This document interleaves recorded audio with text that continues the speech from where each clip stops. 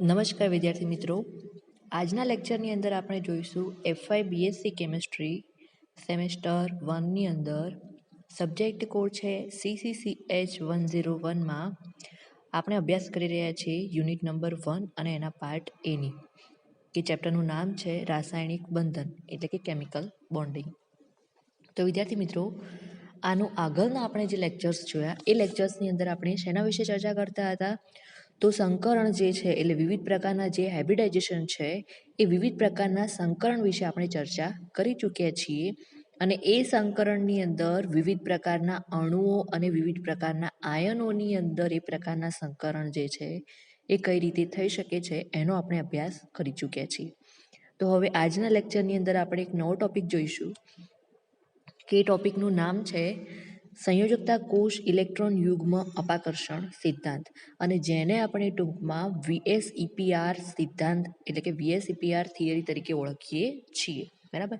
તો આ જે સિદ્ધાંત છે VSEPRનો, એ VSEPRનો સિદ્ધાંત સૌપ્રથમ તો કયા વૈજ્ઞાનિકોએ આપ્યો, સૌપ્રથમ આપણે એના વિશે ચર્ચા કરી લઈએ અને પછી આપણે જોઈશું કે આ VSEPRનો જે સિદ્ધાંત છે એ અણુ અથવા આયનોની અંદર કઈ રીતે લાગુ પાડવામાં આવે છે. બરાબર. તો આ જે સિદ્ધાંત છે એ પણ હાઇબ્રિડાઇઝેશન એટલે કે સંકરણની અંદર જ એનો ઉપયોગ કરવામાં આવે છે, પરંતુ કેવા ઇલેક્ટ્રોન એટલે કે valence cell electron pair repulsion theory. બરાબર. એટલે કે વેલેન્સ કોઈ પણ તમને જે પરમાણુ આપેલો હોય અથવા તો જે તમને અણુ આપેલો હોય તો એ અણુની અંદર જે પરમાણુ આપેલો હોય એ પરમાણુના વેલેન્સ એટલે કે સંયોજકતા કોષની અંદર કેટલા ઇલેક્ટ્રોન છે એના વિશે અહીંયા આગળ તમારે અભ્યાસ કરવાનો આવશે. તો સૌપ્રથમ તો આપણે જોઈ લઈએ કે આ VSEPRનો જે સિદ્ધાંત છે એ કયા અણુઓ અથવા કયા આયનોની અંદર એનો ઉપયોગ કરવામાં આવે છે. તો આ જે VSEPRનો સિદ્ધાંત છે એ બહુપરમાણવીય અણુ, બહુપરમાણવીય એટલે શું? બહુપરમાણવીય અણુ એટલે શું? તો કે એવા અણુઓ અથવા તો એવા આયનો કે જેની અંદર એક કરતાં બે કરતાં વધુ પરમાણુ હોય. બરાબર. કેટલા? એક અથવા બે કરતાં કેટલા વધુ પરમાણુ જો હોય તો એવા અણુઓ અથવા એવા જે આયનો હોય છે એનો શું નક્કી કરવા માટે, આકાર નક્કી કરવા માટે આ VSEPRનો જે સિદ્ધાંત છે એ ઉપયોગમાં લેવામાં આવે છે. તો ટૂંકમાં જો તમને એમ પૂછવામાં આવે કે VSEPRના સિદ્ધાંતનો ઉપયોગ જણાવો, તો એનો ઉપયોગ શું? તો કે બહુપરમાણવીય અણુઓ અથવા તો આયનોની ભૂમિતિ એટલે કે એનો આકાર નક્કી કરવા માટે એનો ઉપયોગ કરવામાં આવે છે. હવે આપણે જોઈએ કે આ VSEPRનો જે સિદ્ધાંત છે એ કયા વૈજ્ઞાનિકોએ એની શોધ કરી. તો આ જે VSEPRના સિદ્ધાંત છે એની સૌપ્રથમ શોધ જે છે એ સૌપ્રથમ સિઝવિક અને પોવેલ નામના વૈજ્ઞાનિકે કરી. કયા વૈજ્ઞાનિકે? અહીંયા આગળ જે તમને વૈજ્ઞાનિકોના નામ આપેલા છે એ પણ તમારે યાદ જ રાખવાના છે કે સૌપ્રથમ VSEPRના સિદ્ધાંતની શોધ જે છે એ કયા વૈજ્ઞાનિકોએ કરી? તો કે આ સિદ્ધાંત સૌપ્રથમ કયા વૈજ્ઞાનિકોએ આપ્યો? તો કે સિઝવિક અને પોવેલ નામના જે વૈજ્ઞાનિક છે એમણે ઈસવીસન 1940ની અંદર VSEPRનો સિદ્ધાંત આપ્યો હતો. બરાબર. હવે એની પછી ઈસવીસન 1957ની અંદર ગિલેસ્પી અને નાયહોમ નામના જે બે વૈજ્ઞાનિકો છે એ બે વૈજ્ઞાનિકોએ શું કર્યો? એ જે સૌપ્રથમ જે સિઝવિક અને પોવેલે જે VSEPRનો સિદ્ધાંત આપ્યો હતો એ VSEPRના સિદ્ધાંતમાં 1957ની અંદર ગિલેસ્પી અને નાયહોમે શું કર્યો? એની અંદર ફેરફાર કર્યા. બરાબર. અને એને ફેરફાર કરી અને એને શું જણાવ્યું? તો કે એને જે ફેરફાર કરી અને જે સિદ્ધાંત આપ્યો નવો, એટલે કે નવો જે સિદ્ધાંત આપ્યો એ સિદ્ધાંત એને કયા પ્રમાણે આપ્યો હતો? તો કે એ જે ગિલેસ્પી અને નાયહોમ નામના વૈજ્ઞાનિકે જે નવો સિદ્ધાંત આપ્યો એ નવો સિદ્ધાંત કયા પ્રમાણે હતો? તો એ જે છે એ તમને અહીંયા આગળ દર્શાવેલો છે કે કોઈ પણ અણુ અથવા તો જે આયન છે એનો જે આકાર છે એ આકાર કોના ઉપર આધાર રાખે છે? તો એનો જે આકાર છે, કોઈ પણ અણુ અથવા તો આયનનો જે આકાર છે કોના ઉપર આધાર રાખશે? તો કે એનો જે મધ્યસ્થ પરમાણુ હશે. હવે અહીંયા આગળ જે તમને મધ્યસ્થ પરમાણુ ને બધું જે શબ્દો આવે છે એ તો તમને ખબર પડી જ ગઈ હશે, કેમ કે સંકરણની અંદર આપણે આનો અભ્યાસ સારી રીતે કરી ચૂક્યા છીએ. બરાબર. તો મધ્યસ્થ પરમાણુ જે હશે કે મધ્યસ્થ પરમાણુ તરીકે કોઈ પણ અણુ અથવા આયનની અંદર મધ્યસ્થ પરમાણુ તરીકે કયો પરમાણુ વર્તે એ પણ તમને બધાને ખબર પડે જ છે. હવે તો એ જે મધ્યસ્થ પરમાણુ હાજર હોય તો એ જે મધ્યસ્થ પરમાણુ જેટલા હાજર હોય એ મધ્યસ્થ પરમાણુની આસપાસ જે હાજર ઇલેક્ટ્રોન યુગ્મ જે હોય છે એટલે કે જોડીની અંદર જે ઇલેક્ટ્રોન યુગ્મ હાજર હોય છે એ ઇલેક્ટ્રોન યુગ્મની સંખ્યા અને એ ઇલેક્ટ્રોન યુગ્મ જે છે એ કયા પ્રકારના હોય છે એના ઉપર એનો આધાર રહે છે. અને જો ટૂંકમાં આપણે જણાવીએ તો ધારો કે તમને કોઈ એક અણુ આપેલો છે. હવે ધારી લો કે તમને CH4નો જ અણુ આપેલો છે. કયો તમને અણુ આપેલો છે? ધારો કે તમને CH4નો જ ધારો કે એટલે કે મિથેનનો જ તમને અણુ આપેલો છે. હવે આ મિથેનનો જે અણુ છે એ અણુનો જે આકાર છે એ આકાર કયા પ્રમાણે નક્કી થશે? તો એની માટે એનો જે મધ્યસ્થ પરમાણુ છે, આની અંદર મધ્યસ્થ પરમાણુ તરીકે કોણ વધશે? તો કે કાર્બન. બરાબર. હવે આ જે કાર્બન છે એ કાર્બનની આસપાસ જેટલા ઇલેક્ટ્રોન યુગ્મ હાજર હશે, હવે કઈ રીતે? તો એની માટે તમારે ઇલેક્ટ્રોન કક્ષકોની અંદર જે ઇલેક્ટ્રોનની ગોઠવણી છે એ તમારે દર્શાવવાની હોય છે અને એના આધારે જે બંધ બને છે, બરાબર, એટલે કે હાઇડ્રોજન અને એની સાથે કયો પરમાણુ જોડાયેલો હોય છે? હાઇડ્રોજનનો પરમાણુ જોડાયેલો હોય છે. તો ધારો કે અહીંયા આગળ કાર્બન જે છે એ કાર્બનની જે ઇલેક્ટ્રોન રચના હોય, ઇલેક્ટ્રોન વિન્યાસ જે હોય છે એ કયો હોય છે? તો કાર્બનનો ઇલેક્ટ્રોન વિન્યાસ છે 1s2, 2s1, 2px1, 2py1 અને 2pz1. આ છે એનો એક્સાઇટેડ સ્ટેટનો, બરાબર. આ છે એના એક્સાઇટેડ સ્ટેટની અંદર જે કાર્બનનો જે એક્સાઇટેડ સ્ટેટની અંદર ઇલેક્ટ્રોન વિન્યાસ છે એ અહીંયા આગળ તમને દર્શાવેલો છે. તો હવે એક્સાઇટેડ સ્ટેટની અંદર જે ઇલેક્ટ્રોન વિન્યાસ છે એની અંદર હવે તમારે અહીંયા આગળ કાર્બનની સાથે કુલ કેટલા હાઇડ્રોજનના પરમાણુ જોડાય છે? તો કુલ 4. તો એક્સાઇટેડ સ્ટેટની અંદર કુલ 4 અયુગ્મિત ઇલેક્ટ્રોન ધરાવતી કક્ષકો પણ અહીંયા આગળ હાજર છે, બરાબર. તો હવે એ કક્ષકોની સાથે અયુગ્મિત ઇલેક્ટ્રોન ધરાવતા જે કક્ષકો છે એ કક્ષકોની સાથે કયા પરમાણુ જોડાય છે? તો કે હાઇડ્રોજનના એક પરમાણુ જોડાય છે, બરાબર. અહીંયા આગળ એક ઇલેક્ટ્રોન છે અને પી કક્ષકની અંદર પણ એક ઇલેક્ટ્રોન અહીંયા આગળ ગોઠવાયેલો હોય છે. તો હવે આ 4 ઇલેક્ટ્રોનની સાથે કોણ જોડાય છે? તો કે હાઇડ્રોજનના 4 પરમાણુ જોડાય છે, બરાબર. તો હાઇડ્રોજનનો જે સૌથી છેલ્લી જે કક્ષક છે એ કક્ષકનો અયુગ્મિત ઇલેક્ટ્રોન જે છે એ કોની સાથે જોડાય છે? અહીંયા આગળ અતિવ્યાપન કરે છે.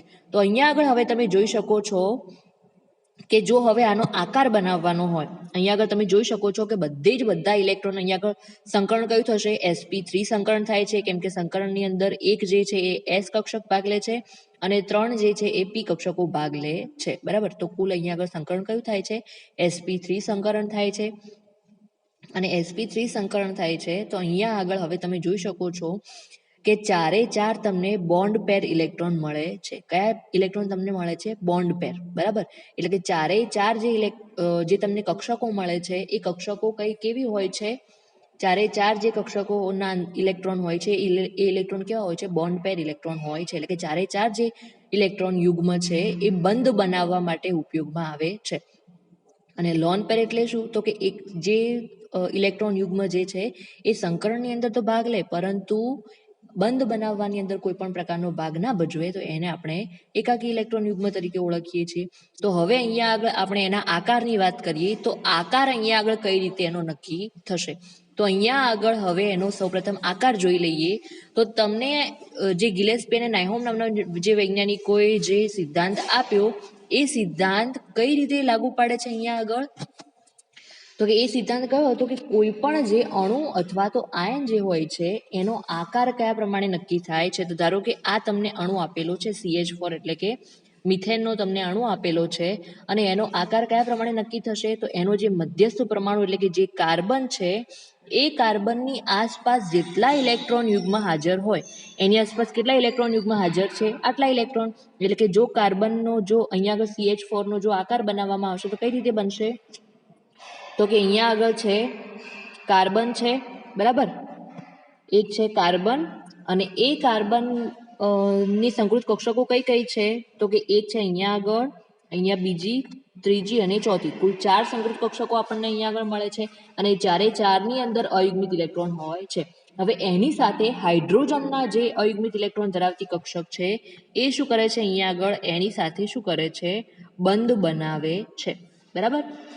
તો અહીંયા આગળ તમને સિદ્ધાંતમાં એમ કહ્યું છે કે કોઈ પણ અણુ અથવા તો જે આયન છે એનો આકાર કોના ઉપરથી કોના આધારે નક્કી થાય છે તો કે મધ્યસ્થ પરમાણુ જે છે એટલે કે આ મધ્યસ્થ પરમાણુની આસપાસ જેટલા પણ ઇલેક્ટ્રોન યુગ્મો આવેલા છે એ ઇલેક્ટ્રોન યુગ્મોની સંખ્યા એટલે કે કેટલી છે અહીંયા આગળ 4 છે એની સંખ્યા અને એની સંખ્યાના આધારે અને બીજું છે એનો જે પ્રકાર હોય છે તો કે અહીંયા આગળ 4 જે ઇલેક્ટ્રોન યુગ્મ છે એ કેવા છે બંધકારક ઇલેક્ટ્રોન યુગ્મ છે એટલે કે બંધ બનાવવામાં ઉપયોગમાં આવે એવા ઇલેક્ટ્રોન યુગ્મ હાજર છે બરાબર તો અહીંયા આગળ પછી તમારે એક ચાર્ટ આવશે કે જે બંધ બનાવવા માટે જે ઇલેક્ટ્રોન યુગ્મ હાજર હોય બરાબર બંધકારક જે ઇલેક્ટ્રોન યુગ્મ હોય તો એમની સંખ્યાના આધારે એનો જે આકાર છે એ કયા પ્રમાણે તમને મળે છે એનો પણ એક ચાર્ટ તમને અહીંયા આગળ આપેલો છે બરાબર તો આટલા સુધી તમે સમજી ગયા હશો તો એનો જે પ્રથમ જે સિદ્ધાંત એને આપ્યો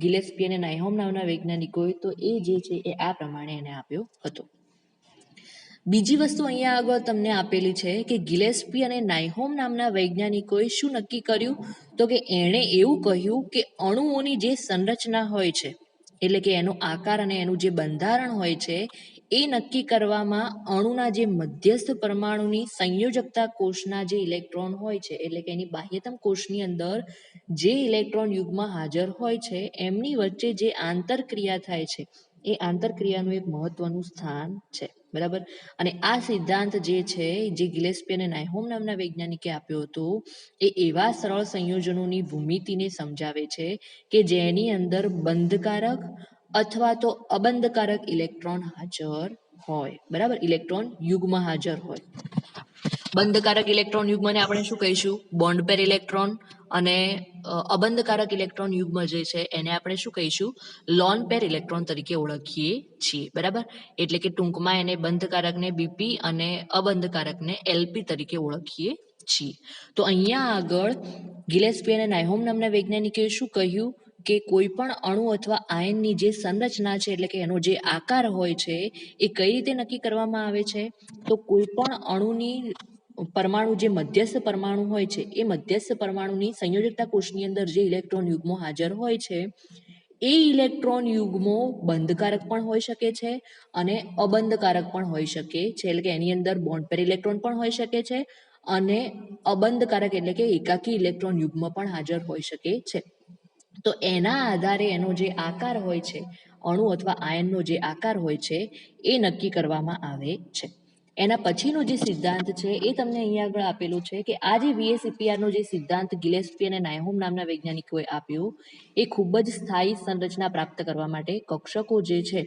એ ત્રિપરિમાણ એટલે કે અવકાશની અંદર એવી વ્યવસ્થિત રીતે ગોઠવાય છે કે જેથી એનું જે કુલંબિક અપાકર્ષણ હોય છે એ કેવું થાય છે ઓછામાં ઓછું રહે છે અને જ્યારે અણુના મધ્યસ્થ જે પરમાણુ કોઈ પણ જે અણુ આપેલો હોય એ અણુનો જે મધ્યસ્થ પરમાણુ આપેલો હોય તો એ મધ્યસ્થ પરમાણુના સંયોજકતા કોષની અંદર બધા જ જે ઇલેક્ટ્રોન યુગ્મો જો બંધકારક હોય બરાબર તો એ અણુઓનો આકાર કેવો મળે છે તમને સમમિતીય મળે છે બરાબર અને એના આધારે તમને અહીંયા આગળ એક ચાર્ટ આપેલો છે કે જો તમને કોઈ અણુનો આકાર નક્કી કરવો હોય બરાબર તો સૌપ્રથમ તો શું કરશો તમે કે એ જે અણુનો જે મધ્યસ્થ પરમાણુ છે એ મધ્યસ્થ પરમાણુની બાહ્યતમ કોષમાં એટલે કે એની જે સંયોજકતા કોષ છે એની અંદર કેટલા ઇલેક્ટ્રોન યુગ્મો જે છે એટલે કે ઇલેક્ટ્રોન યુગ્મો જે છે એ કેવા પ્રકારના હોય છે કે એ ઇલેક્ટ્રોન યુગ્મોમાંથી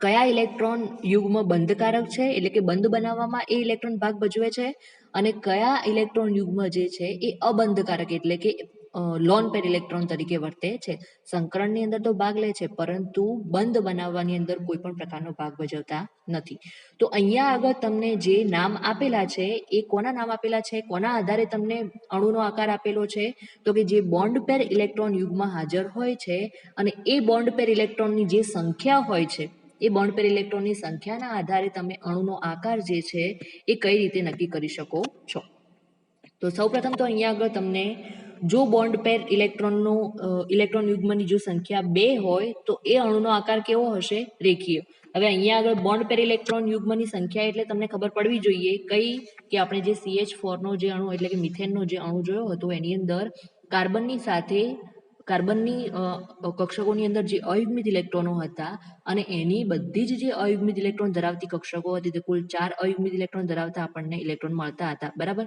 અને ત્યાં આગળ 4 હાઇડ્રોજન એની સાથે શું કરતા હતા, જોડાતા હતા, એટલે કે શું બનાવતા હતા, બંધ બનાવતા હતા, બરાબર.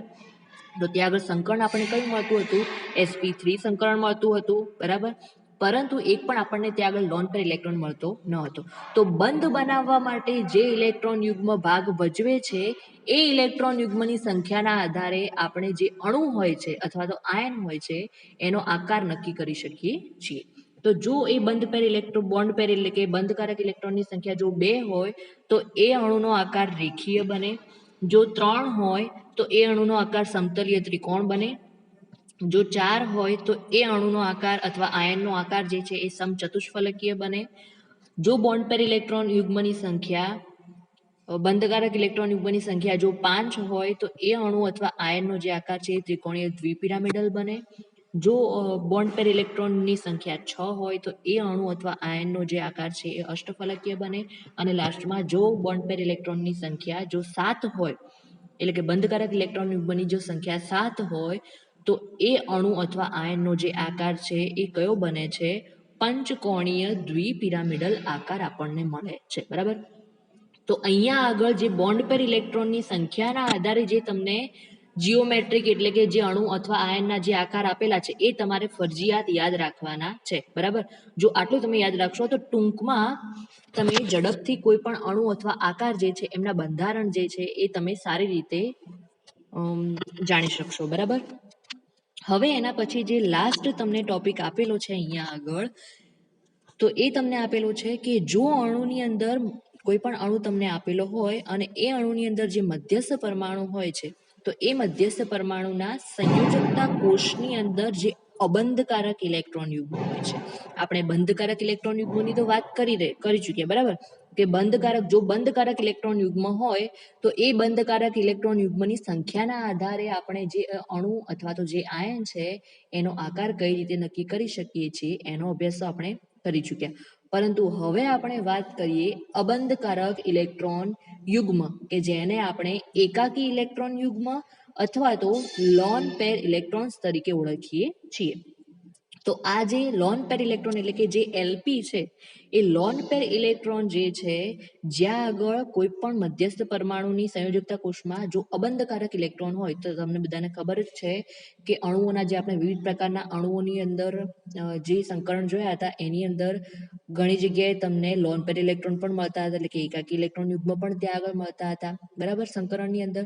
તો જ્યાં આગળ સંકરણની અંદર અબંધકારક ઇલેક્ટ્રોન યુગ્મ હાજર હોય તો તે અણુનો જે આકાર છે એ આકારની અંદર શું જોવા મળે છે, વિકૃતિ જોવા મળે છે.